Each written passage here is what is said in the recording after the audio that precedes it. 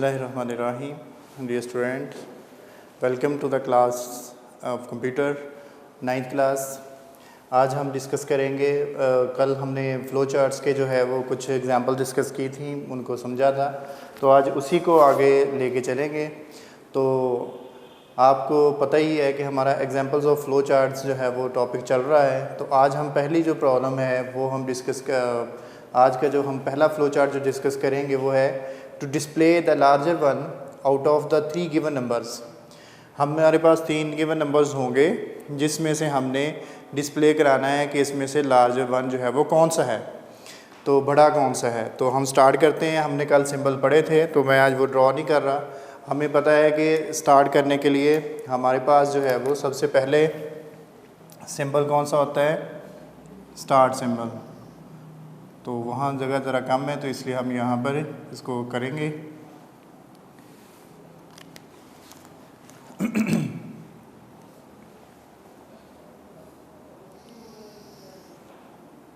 Start करने के लिए स्टूडेंट्स हम लोग यूज़ करते हैं ओवल शेप। तो इसमें सिंपल स्टार लिखना है जिससे पता चल जाए कि लॉजिकल ऑर्डर शुरू हो गया यहाँ पर, और स्टार्ट से इसके आगे फ्लो लाइन लगाएंगे। स्टूडेंट्स आपने आगे देखें, इसमें पहले चीज़ों को आइडेंटिफाई कर दें। लार्जर वन, हमने लार्जर वन फाइंड करना है आउट ऑफ 3 गिवन नंबर्स में से।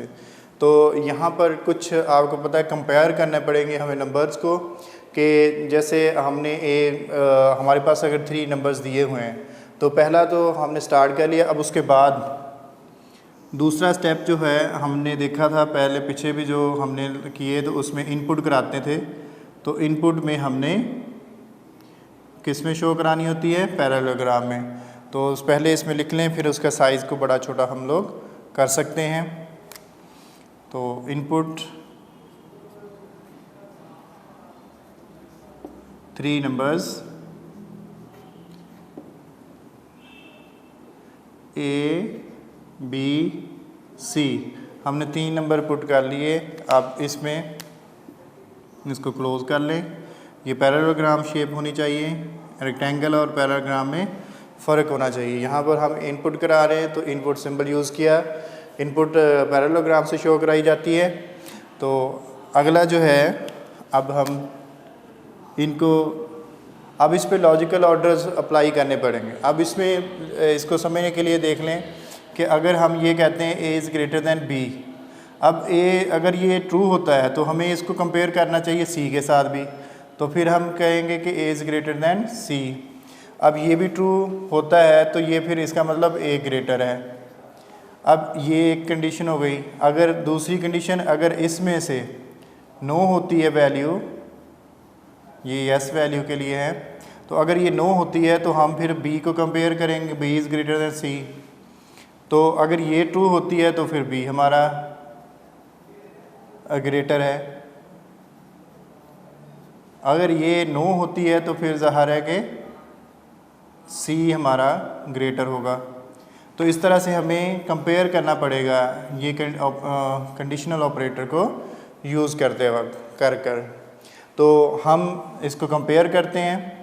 पहले हमने कंपेयर कर लिया A is greater then B, और कंपेयर करने के लिए डिसीजन मेकिंग हो रही है तो डिसीजन सिंबल यूज़ करेंगे जो कि डायमंड शेप का होता है।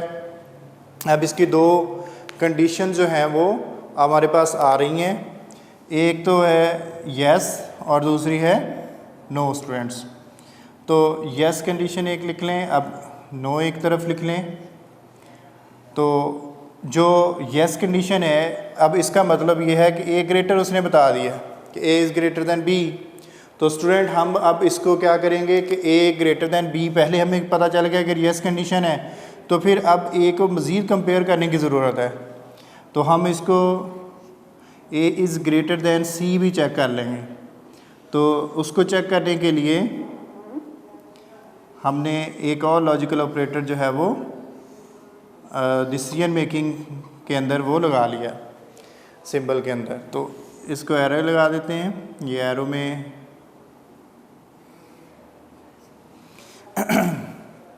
अब इसके अंदर से भी दो कंडीशंस जो हैं वो हमारे पास आएंगी कि A is greater than B हो गया तो ए ग्रेटर दैन सी है, तो ये भी ट्रू या फॉल्स की शक्ल में आएगी, यस और नो की शक्ल में। अब अगर तो यस है तो स्टूडेंट आपको पता है कि ये फिर हमें यहाँ पर शो कराना पड़ेगा डिस्प्ले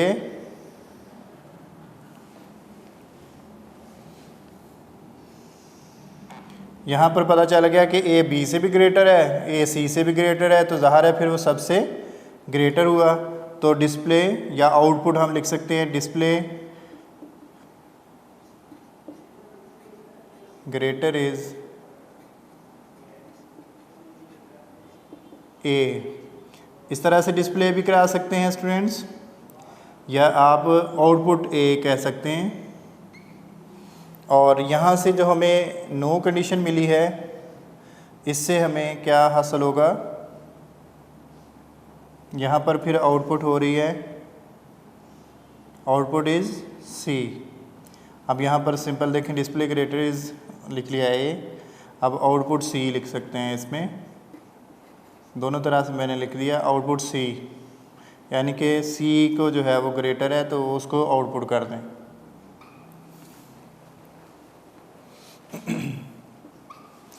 तो स्टूडेंट्स अब इधर आ जाते हैं, हमने यहाँ पर बात की थी कि A is greater than B. अब वो नो हम कह रहे हैं कि हो रहा है, क्या हो रहा है कि वो ग्रेटर दैन नहीं हो रहा बी से, तो अगर नो कंडीशन मीन्स कि बी ग्रेटर हो रहा है। अब फिर बी को हम कंपेयर करेंगे सी के साथ, तो कंपेयर करने के लिए फिर से वही हम काम करेंगे कि हम लोग जो है डिसीजन मेकिंग सिंबल बनाएंगे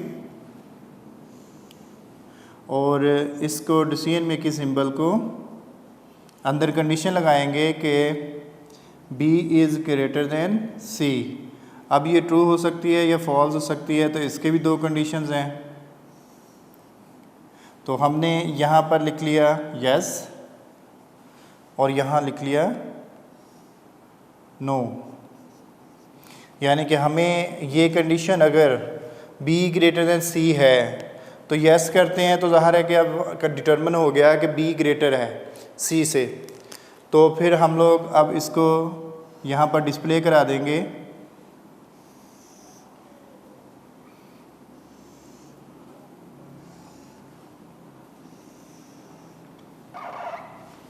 B इज़ ग्रेटर या आउटपुट B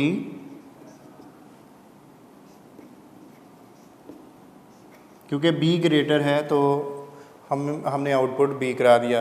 अब स्टूडेंट्स अलहदा से क्योंकि यहाँ पर अगर नो होता है तो इसका मतलब C बड़ा है, तो C को अलहदा से लिखने की ज़रूरत नहीं है कि आप अलहदा लिखें कि वो आउटपुट C कराना है, तो इसी के साथ इसको जोड़ दें।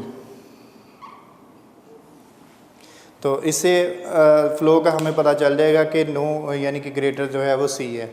अब ये तो हमने तीनों चीज़ों को कंपेयर कर लिया, तो हमने हमारे पास यहाँ पर आ गया फ़्लो। अब आगे जो है वो फ़्लो को हमने एंड कराना है, तो एंड कराने के लिए हम इस तरह से जो है वो यूज़ करेंगे, यहाँ पर ओवल शेप बनाएंगे और यहाँ इसमें एंड लिख देंगे और इन लाइंस को इस यहाँ से एंटर कर दें, यहाँ से इस लाइन को एंटर कर दें, यानी कि इन तीनों की आउटपुट जो है वो डिस्प्ले कराने के बाद उसका ऑर्डर ऑटोमेटिकली एंड पर चला जाएगा और प्रोग्राम आपका एंड हो जाएगा। तो स्टूडेंट्स उम्मीद है आपको ये आसानी से समझ आ गया होगा। तो अब यहाँ से हम एक दफ़ा फिर से फ़्लो चार्ट की रिवीजन करेंगे। आपने ख़ुद से ड्रॉ करना है, तभी अच्छी तरह से ड्रॉ हो सकता है। हमने कंडीशन पहले स्टार्ट लगा दी, ओवल शेप में से जो है वो रखना है क्योंकि स्टार्ट हो रहा है, ओवल शेप हम उसके लिए यूज़ करते हैं। स्टूडेंट नेक्स्ट हमने इनपुट करानी है, 3 नंबर्स को पुट कराना है, तो आप यहाँ पर जो है वो इनपुट करा रहे हैं या एंटर लिख सकते हैं, इनपुट की बजाय एंटर भी लिखा जा सकता है, एंटर नंबर्स ABC। हमने उसके बाद जो है वो कंडीशन लगाई कि हमने पता चले कि A ग्रेटर दैन B है। अब दो कंडीशंस इसकी वजह से दो ब्रांचेस इसकी निकल रही हैं, एक यस और नो। अब अगर यस है तो हम इसको, क्योंकि हमें पता चल गया ए बी से ग्रेटर है, तो हमने फिर उसको कंपेयर करना है सी के साथ। तो हमें यहाँ से पता चल गया कि सी इज़ ग्रेटर दैन सी है या नहीं है। अब अगर ये है तो इसका मतलब जो है डिस्प्ले ग्रेटर इज़ ए। अब ये नहीं है तो ज़ाहिर है फिर ए बी से तो बड़ा था, ए सी से छोटा है, तो इसका मतलब बी से तो बड़ा बी भी छोटा होगा सी से, तो आउटपुट सी करा दी। इधर से नो कंडीशन थी, बी इज़ ग्रेटर दैन सी। अब बी ग्रेटर दैन सी है तो हमने इसका येस और नो दो तरह से इसका आंसर आ सकता था।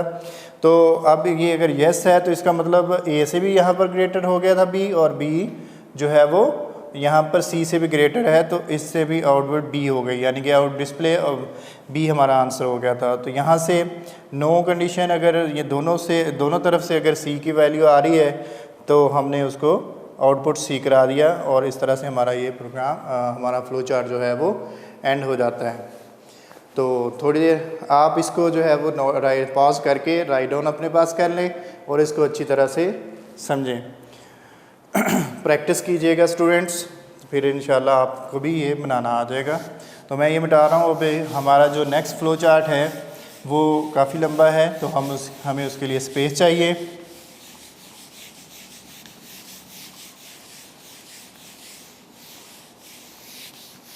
स्टूडेंट्स, हम लोग स्कूल में अक्सर हमारा पाला पड़ता है कि हमने जो है ग्रेड्स जो है वो असाइन करने होते हैं, कि हम लोग परसेंटेज हमारे पास मौजूद हो तो हमने उसकी मदद से ग्रेड करने होते हैं। तो अगला जो फ्लो चार्ट हमारा है वो इसी के मतलब है कि to assign grade to a subject based on the marks and obtain marks. हमारा अगला जो है टू असाइन फ्लो चार्ट हमने बनाना है to assign the grade based on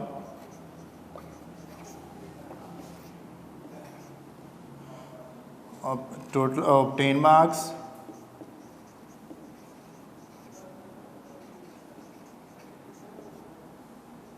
and total marks।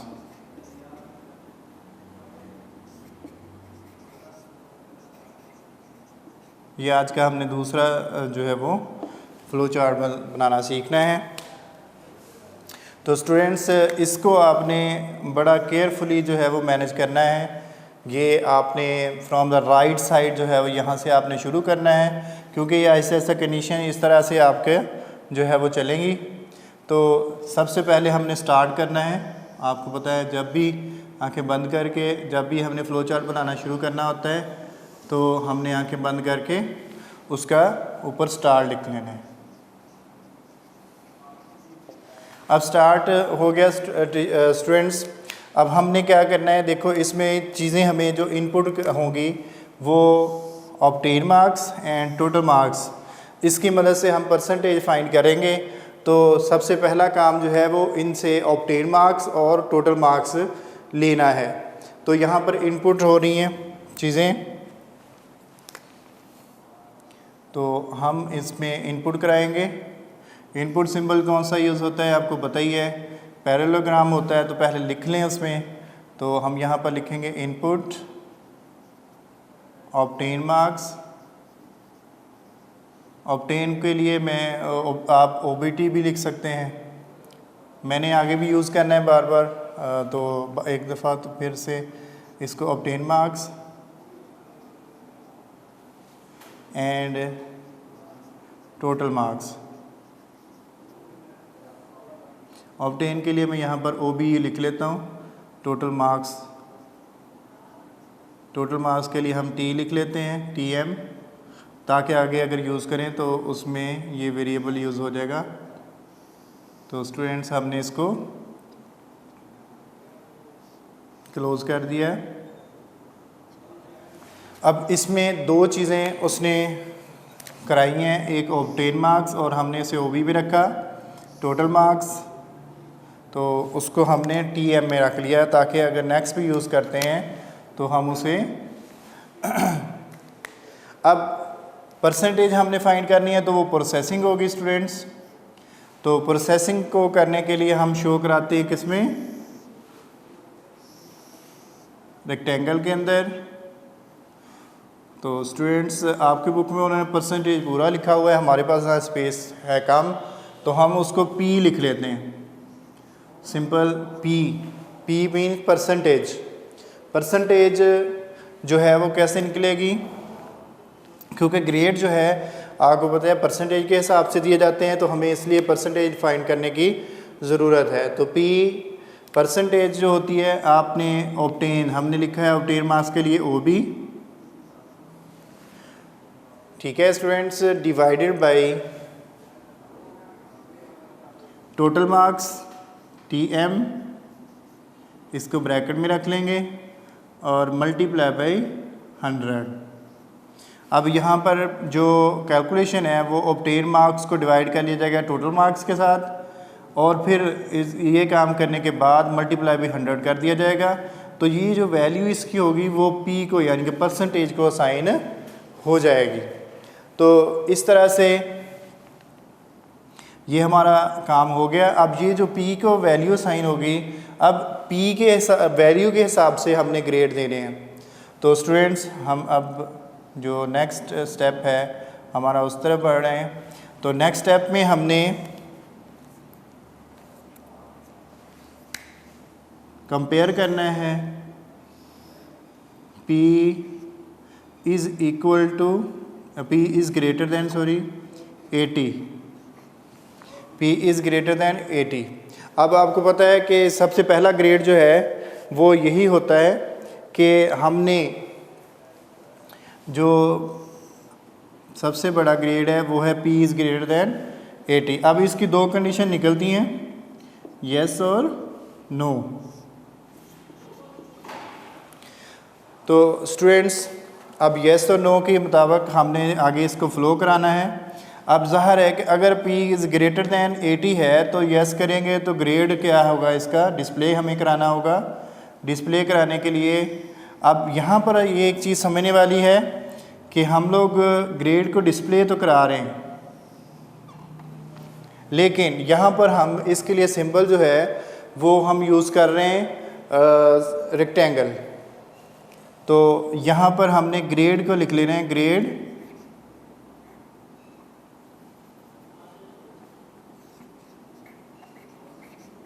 Is equal to A+। अब यहाँ पर हमने रेक्टेंगल सिंबल क्यों यूज़ किया, हालांकि हम समझ रहे हैं कि आउटपुट हो रही है, लेकिन ये रेक्टेंगल सिंबल यूज़ इसलिए किया है कि यहाँ पर ग्रेड को वैल्यू साइन कर रहे हैं। जब ये वैल्यू साइन करते हैं तो हम लोग इसका जो है वो साइन रेक्टेंगल यूज़ करते हैं। तो यहाँ पर हमें येस करके हमने वैल्यू साइन कर दी ग्रेड को कि A+ है। अब स्टूडेंट आगे चलेंगे और कंपेयर करेंगे मज़ीद। अब हमने जो कंपेयर करना है कि P इज़ ग्रेटर दैन 80 था हमने पहले लिखा, अब 70 कर लेते हैं। अब 70 अगर है तो यहाँ पर येस और ये नो कंडीशन बन जाती है फिर से कि ग्रेटर दैन 70 है। अब यहाँ पर याद रखें कि ख़ुद कंपेयर कर लेगा कंप्यूटर के, यहाँ पर 80 से अबव होगा तो A होगा, 70 से अबव हमने कहा तो 70 से 80 तक ही देखेगा। तो यस, फिर हमारा ग्रेड जो है वो A आ जाएगा। हमने उसको भी किस में शो कराया, क्योंकि असाइन कर दी ग्रेड को, वैल्यू असाइन कर रहे हैं, वेरिएबल को वैल्यू असाइन कर रहे हैं, तो grade is equal to A। अब आगे चलें तो स्टूडेंट्स अब हमने देखें, अब ये टेढ़ा सा कर रहे हैं हम लोग यूज़ इसको, तो इसलिए मैंने कहा था कि राइट मोस्ट पेज से हमने शुरू करना है ताकि हमारा जो है वो आसानी से ये आ जाए। अब P इज़ ग्रेटर दैन 60। अब ये भी येस और नो हमारी कंडीशन में आएगा। अगर येस कंडीशन है तो ज़ाहिर है कि हमारा जो ग्रेड है अब B है, तो हम यहाँ पर B असाइन कर देंगे ग्रेड को। Grade is equal to B, ये B असाइन हो गया। स्टूडेंट्स अब हमने इसको भी देखना है। नेक्स्ट आगे, अब परसेंटेज जो है वो हम कहेंगे कि greater than P is greater then 50%। अब 50% अगर ग्रेटर दैन हो, 50% से 60% तक हमारी जो है वो ग्रेड जो होता है वो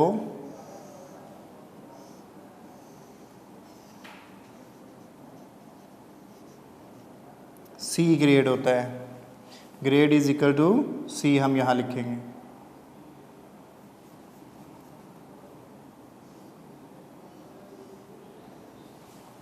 तो स्टूडेंट्स अब आ जाते हैं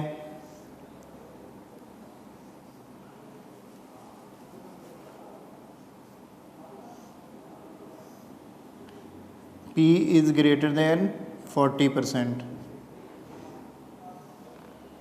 students P is greater then 40% हो तो ज़ाहिर है हमारा जो ग्रेड बनता है वो है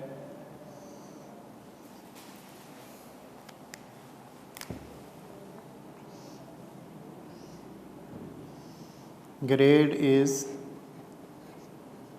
इक्वल टू C के बाद होता है D। अब हमारा जो लास्ट हमने कंपेयर करना है वो है grade percentage P is greater then 33%। क्योंकि 33 से तो नीचे फेल होता है तो इसलिए हम 33% यहाँ पे कर देंगे। तो अगर तो ये 33% है, यस है, तो हमारा ग्रेड बन जाता है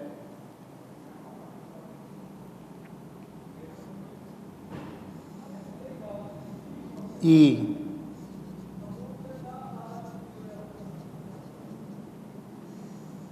grade is equal to E हो गया। और स्टूडेंट अब इसके बाद जो है, अब अगर ये नो है तो ग्रेड इज़ F। ये हमारा ग्रेड साइन हो गया, ग्रेड इज़ F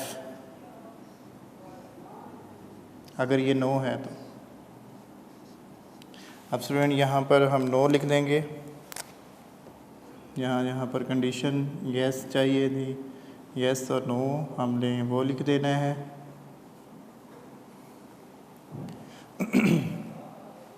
तो स्टूडेंट्स अब ये हमने कंपेयर कर दिया सारा कुछ। अब ज़ाहिर है कि हमें ये तो उन्होंने असाइन करने के लिए वैल्यूज़ जो सारी प्रोसेसिंग सिंबल यूज़ किए हैं। अब अगर हमने इनको डिस्प्ले कराना है अब ग्रेड को, तो डिस्प्ले कराने के लिए हम लोग यहाँ पर यूज़ करेंगे कि प्रिंट ग्रेड, वो आउटपुट होगी। आउटपुट करने के लिए हमें पता है कि हम सिंबल यूज़ करते हैं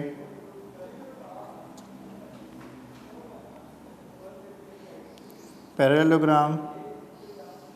तो हमने ये इसलिए पैरेललोग्राम यूज़ किया, प्रिंट ग्रेड। यहाँ पर GRAD पूरा लिख देंगे।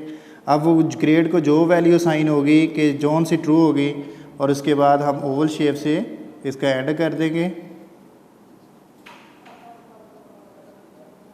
अब स्टूडेंट्स इनको मिलाना है।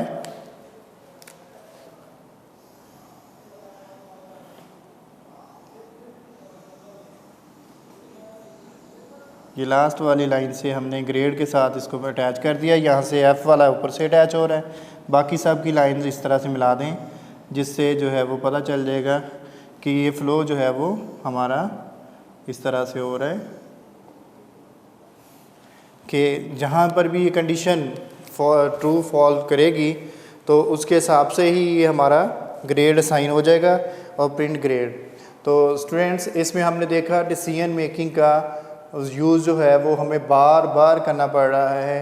हमने इसको इसी तरह से जो आपका अगला जो हमारा फ़्लो चार्ट है वो इसी तरह से है कि उन्होंने दिया हुआ है कि हमारे पास अगर वीक के डेज़ हों तो हमने उनको नंबर असाइन करने हैं 1 to 7 नंबर्स। तो हमने उसके मुताबिक हमने किस तरह से जो है वो उसका फ़्लो चार्ट बनाना है कि सिर्फ यूज़र जो है वो पुट करेगा कि नंबर उसका कौन सा है और हमें हमारा फ़्लो चार्ट उसको उसका डे बता देगा। तो ये आपने प्रैक्टिस घर में करनी है, इंशाल्लाह आसानी से हो जाएगा। ये अच्छी तरह से आपको समझ आ जाए तो इसको भी नोट कर लें। तो इंशाल्लाह आपके नेक्स्ट लेक्चर के साथ आपसे दोबारा मुलाकात होगी। अपने अल्लाह ताला आपको हिफ्ज़ व अमान में रखे।